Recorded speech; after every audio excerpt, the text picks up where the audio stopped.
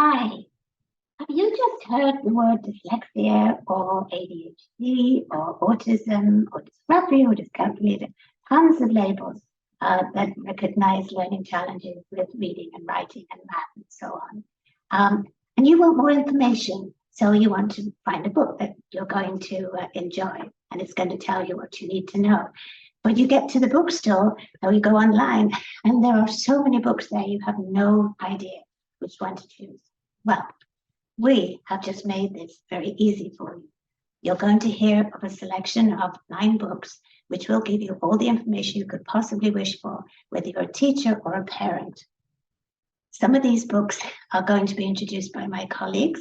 I'm Sue Hall, a Davis Dyslexia Correction Facilitator, and some of my colleagues are the authors of these books, and some of them are introducing books written by Ronald Davis. So I'm going to leave that up to them now, and I will see you later on. Enjoy. Nobody likes to make mistakes. So around the age of 9, it's about 3rd grade, the dyslexic child begins to figure out and adapt solutions to the problem. Even though this may seem like a good idea, it is actually how the reading problem becomes a learning disability. So true. So much information in this book that can help you. Honestly, for less than $20, you could change the way that your child does their schooling. Woo! Oh, wow! Check this out. Look what I got. I've got a copy of one of the most helpful books that you will ever experience if you have a child, or if you yourself or your students are ADD, ADHD, have math difficulties, are neurodivergent in general. This book, written by Ronald D. Davis, called The Gift of Learning, changed my life, and I am really excited to be able to pass that along to others who need this information. It is loaded with all kinds of information, tools, and techniques that will help you just by reading the book. So go and get it, and off to you.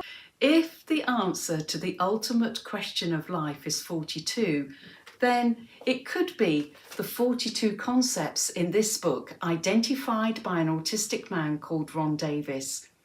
In here are answers for those that find life and relationships with people difficult to understand. So buy it, read it, and nurture the seeds of change in these individuals. Happy Christmas and welcome to Ireland. My name is Anne-Marie. I am the mum of 3. I'm a Davis Dyslexia Facilitator and now a published author. My book, A Bridge Between Two Me's, follows my journey as a Davis Dyslexia Facilitator over the past 17 years. The book has been very well received. It's very easy to read, very clear and very concise. If you would like to get your copy before the Christmas rush, head straight to my website, theparagraphchallenge.com or Amazon. Happy Christmas. Hi again. Well, my book is called Fish Don't Climb Trees because of the Einstein quote, everyone is a genius, but if you judge a fish by its ability to climb a tree, it will grow up its whole life believing it is stupid. And as a dyslexia facilitator of 3 years now, I am so tired of children and adults arriving on my doorstep believing themselves to be stupid. It's completely false. Everyone is learning able. Just some people don't learn the way they were born to learn. So my son's story, my story, my client's story, it's all in here.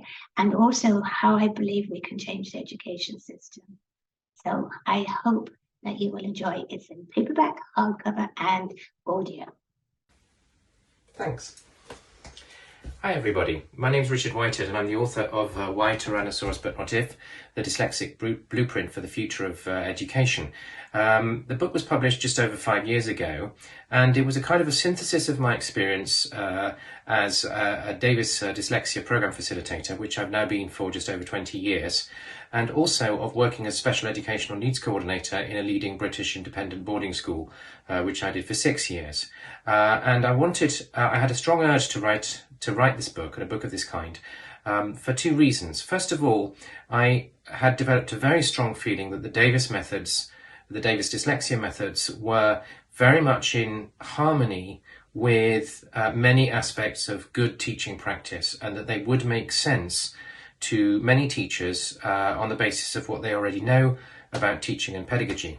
And my second sort of strong urge was that I wanted to share insights that I had gained as a Davis facilitator working inside of a school setting.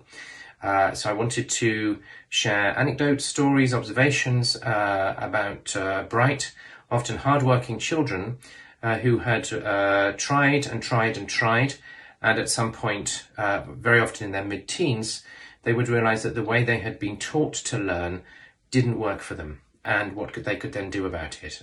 So that's my book. Over to the next person. Thanks.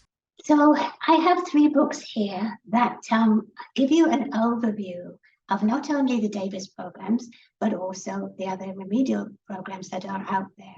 Now, we have an amazing webmaster at www.dyslexia.com. She's called Abigail Marshall. She is the most incredibly thorough researcher you could ever wish to meet.